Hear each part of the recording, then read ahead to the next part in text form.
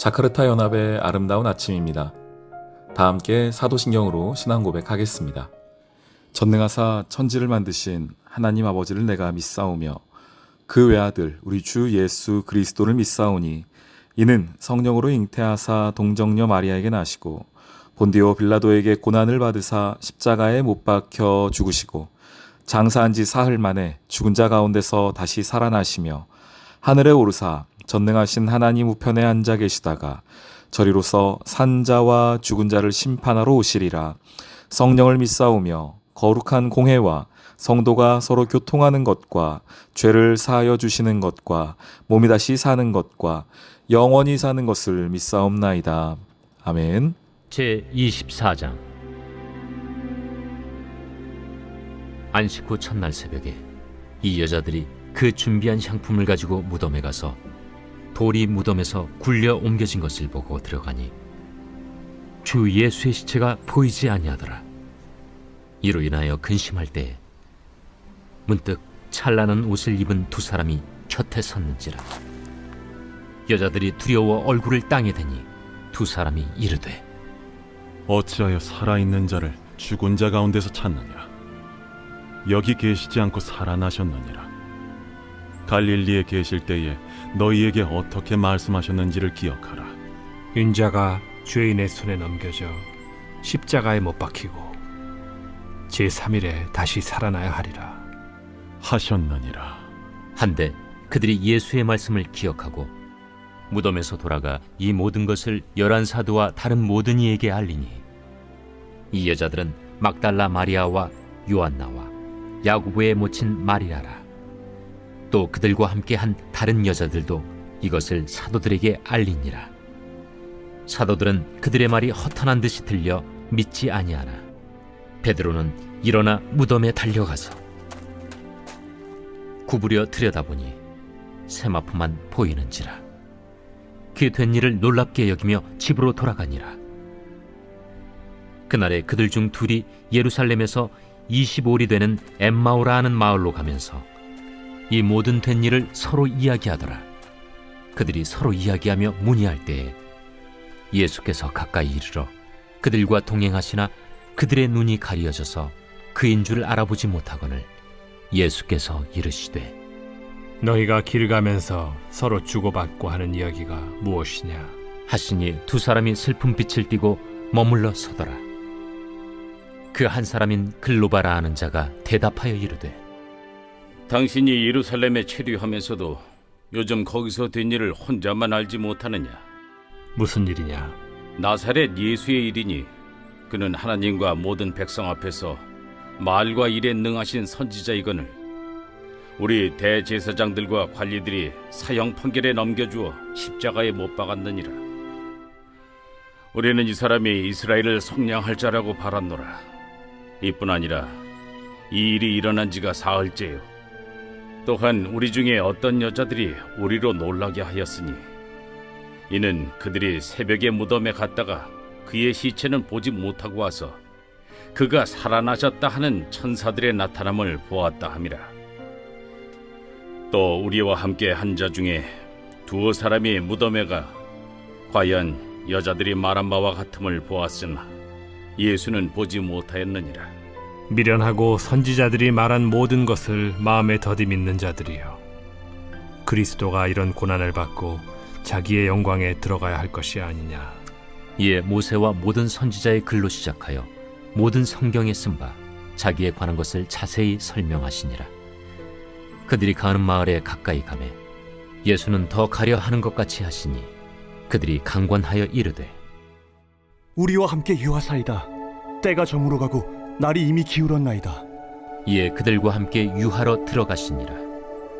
그들과 함께 음식 잡수실 때에 떡을 가지사 축사하시고 떼어 그들에게 주시니 그들의 눈이 밝아져 그인 줄 알아보더니 예수는 그들에게 보이지 아니하시는지라. 그들이 서로 말하되 길에서 우리에게 말씀하시고 우리에게 성경을 풀어주실 때에 우리 속에서 마음이 뜨겁지 아니하더냐? 곧 그때로 일어나 예루살렘에 돌아가 보니 11 제자 및 그들과 함께한 자들이 모여 있어 말하기를 주께서 과연 살아나시고 시몬에게 보이셨다. 두 사람도 길에서 된 일과 예수께서 떡을 떼심으로 자기들에게 알려주신 것을 말하더라. 샬롬, 자카르타 연합의 아름다운 아침입니다.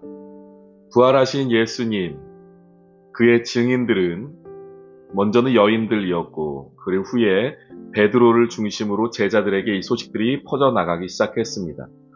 그럼에도 불구하고 아직 제자들은 그리고 그 소식을 들었던 다른 사람들도 예수님의 부활에 관하여서는 믿을 수가 없었습니다. 그래서 각자 자기의 갈 길들을 다 가게 되지요.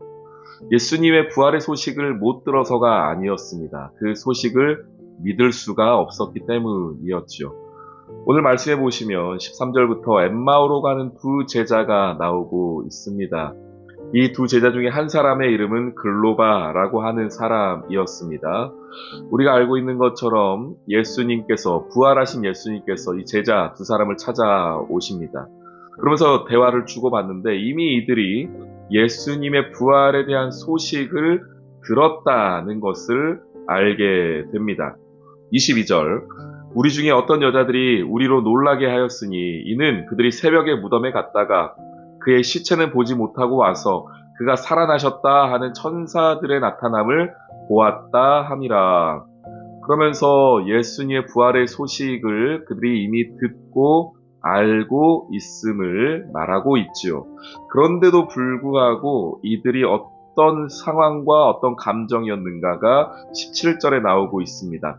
두 사람이 슬픈 빛을 띠고 이렇게 말하고 있지요. 부활의 소식은 알고 있다고, 들었다고 하여서 나의 것이 되는 것이 아닙니다. 부활은 경험해야 되며 믿어야 합니다. 그때에 나의 것이 되지요. 이 세상 가운데에 참 생명은 오직 하나님께밖에 없습니다. 참 구원은 오직 예수님에게만 있습니다. 예수를 알고 있다고, 십자가를 들었다고, 부활의 소식을 듣고 알고 있다고 그것이 나의 것이 되는 것이 아니죠. 들었지만 여전히 슬픈 빛을 띠고 있는 이들, 그들의 상황을 예수님은 성경이 이렇게 말하고 있습니다. 16절, 그들의 눈이 가리었다라고 말하고 있어요. 자, 눈이 가리어서 부활의 소식을 들었지만 부활을 내 것으로 받아들이지 못하는 그들, 그래서 결국은 그의 삶이 각기 뿔풀이 흩어지고 그러면서도 슬픈 기색을, 슬픈 빛으로 살아가는 그들에게 오늘 부활하신 예수님이 찾아오신 것입니다. 할렐루야. 그런 나에게 예수님이 찾아오신 것이지요. 그래서 예수님이 하신 일이 무엇입니까? 31절, 그들과 함께 먹고 마신 다음에 눈을 밝혀주셨습니다. 그들의 눈이 밝아져 그인 줄 알아보더니 예수님을 알아볼 수 있는 눈이 열린 것입니다. 그리고 나서 한 가지를 꼭 깨닫게 되죠. 어떤 것입니까? 성령을 통하여서 성경, 말씀을 풀어주신 것입니다. 32절, 성경을 풀어주실 때에 우리 속에서 마음이 뜨겁지 아니하더냐.